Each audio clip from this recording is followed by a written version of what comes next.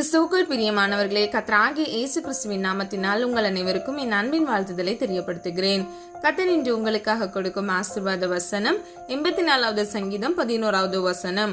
உத்தமமாய் நடக்கிறவர்களுக்கு நன்மையை வழங்காதிரார். ஹல்லேலூயா. பிரியமானவர்களே, உத்தமமாய் நாம் நடக்கும்போது கர்த்தர் நம்முடைய வாழ்க்கையில நன்மையை செய்கிறார். அவர் வழங்காமல் இருப்பாரோ என்று இந்த வசனத்தின்படி நாம் அறிந்து கொள்கிறோம். உத்தமம் என்றால் உண்மை. நாம் ஒவ்வொருவரும் உண்மையாய் நடக்கும் பொழுது நம்முடைய வாழ்க்கையில் கர்த்தர் நன்மையை செய்வார், நம்மை ஆசீர்வதிப்பார். ஹல்லேலூயா. யாரெல்லாம் விசுவாசிக்கிறீங்க? நீங்க விசுவாசிக்கிறீங்க அப்படின்னா ஆமீன் சொல்லி பெற்றுக்கொள்ளுங்க. யாக்கோபு 1வது அதிகாரம் 12வது வசனத்தின்படி, சோதனையை சகிக்கிற மனுஷன் பாக்கியவான், அவன் உத்தமன் என்று விளங்கின பின்பு கர்த்தர் தம்மிடத்தில் அன்பு கூறுகிறவர்களுக்கு வாக்குத்தத்தம் பண்ணின ஜீவ கிரீடத்தை பெறுவான். ஹல்லேலூயா. பிரியமானவர்களே, இந்த வசனத்தில் நம்ம 4 காரியங்களை நம்ம பார்க்கிறோம். முதலாவது, சோதனையை சகிக்கிற மனுஷன். நம்முடைய இந்த உலக வாழ்க்கையில் இருக்கக்கூடிய எல்லா விதமான போராட்டங்கள், பிரச்சனைகளை நாம் சகிக்கும் பொழுது நாம் பாக்கியவான் என்று கர்த்தர் சொல்லுகிறார். பாக்கியவான் என்றால் நாம் ஆசீர்வதிக்கப்பட்டவர்கள். இரண்டாவது பாருங்க, அவன் உத்தமன் என்று விளங்கின பின்பு. அப்போ ரெண்டாவது, நம்ம உண்மையா இருக்கிறத கர்த்தர் என்ன பண்ணுவாரு? செக் பண்ணுவாரு. நம்ம உத்தமமா இருக்கும் பொழுது. மூன்றாவது, கர்த்தர் தம்மிடத்தில் அன்பு கூறுகிறவர்களுக்கு நாம் கர்த்தரிடத்தில் அன்பு செலுத்தும் பொழுது. நான்காவது, வாக்குத்தத்தம் பண்ணின ஜீவ கிரீடத்தை நாம் ஒவ்வொருவரும் பெற்றுக்கொள்வோம். ஹல்லேலூயா. பிரியமானவர்களே, இன்னொரு முறை சொல்றேன். முதலாவது, நம்ம சோதனையை சகிக்க வேண்டும். இரண்டாவது, நம்ம உண்மையா இருக்கும் பொழுது. மூன்றாவது, நம்ம அன்பு செலுத்தும் போது நம்முடைய வாழ்க்கையில் கர்த்தர் நமக்காக வாக்குத்தத்தம் பண்ணின ஜீவ கிரீடத்தை நாம் ஒவ்வொருவரும் பெற்றுக்கொள்வோம். ஹல்லேலூயா. பிரியமானவர்களே, நீ வெட்கப்படாத ஊழியக்காரனாயும் சத்திய வசனத்தை நிதானமாய் பகுத்து போதிக்கிறவனாயும் உன்னை தேவனுக்கு முன்பாக உத்தமனாக நிறுத்தும்படி ஜாக்கிரதையாயிரு. இது நாம் 2 தீமோத்தேயு 2வது அதிகாரம் 15வது வசனத்தில் பார்க்கிறோம். பிரியமானவர்களே, இது ஊழியக்காரர்களுக்கு மாத்திரமல்ல, இது நமக்கும் பொருந்தும். ஹல்லேலூயா.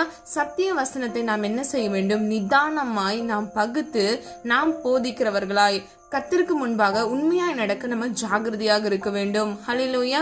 பிரியமானவர்களே, வேதத்தில் நீங்க எடுத்துக்கிட்டீங்க அப்படின்னா நோவா, காலேப், யோசுவா, ரூத், தாவீது இவர்கள் எல்லாரும் உண்மையாக இருந்தார்கள். கர்த்தருடைய கட்டளைகளுக்கு கீழ்ப்படிந்தார்கள். அவருக்கு முன்பாக நடந்து உத்தமனாய் இருந்தார்கள்.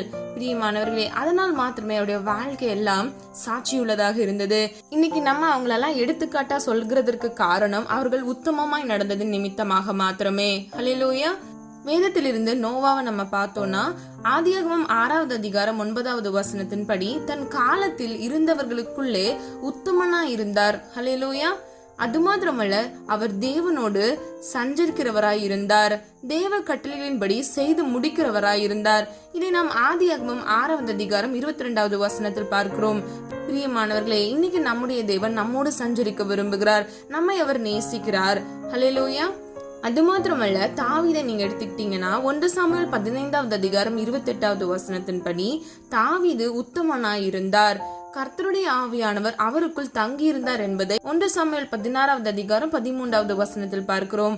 கர்த்தர் அவனோட கூட இருந்தார். இது நாம் 1 சாமுவேல் 16வது அதிகாரம் 17வது வசனத்தில் அறிந்து கொள்கிறோம். பிரியமானவர்களே, தாவீது உத்தமமாக இருந்தது நிமித்தமாக பரிசுத்த ஆவியானவர் அவருக்குள் இருந்தார். அது மாத்திரமல்ல, அவர் கூட இருந்தார் என்பதை நம்ம பார்க்கிறோம். இன்னைக்கு நம்ம கூட பரிசுத்த ஆவியானவரை பெற்றிருக்கிறோம். நம்ம கூட கர்த்தர் அனுதினமும் இருக்க வேண்டும்.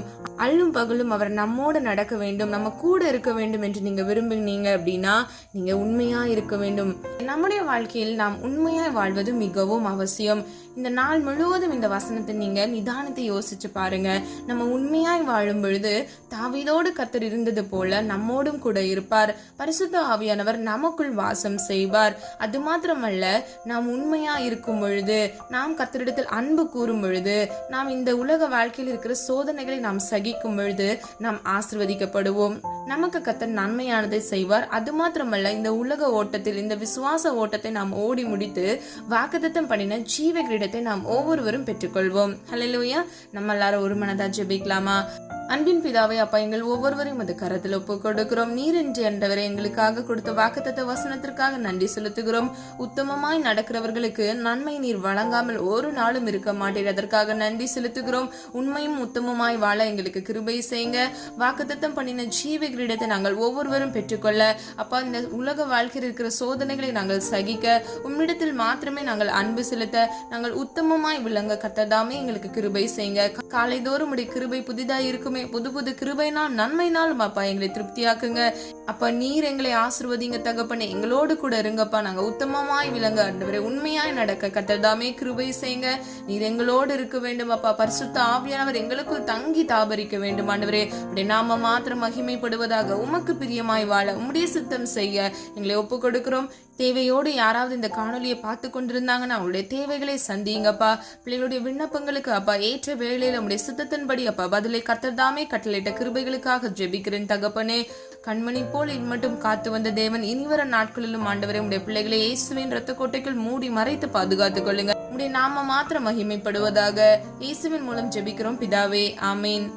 பிரியமானவர்களே, இந்த வீடியோ உங்களுக்கு பிடிச்சிருந்துச்சுன்னா லைக் பண்ணுங்க, சப்ஸ்கிரைப் பண்ணுங்க, பெல் ஐக்கான் கிளிக் பண்ணுங்க.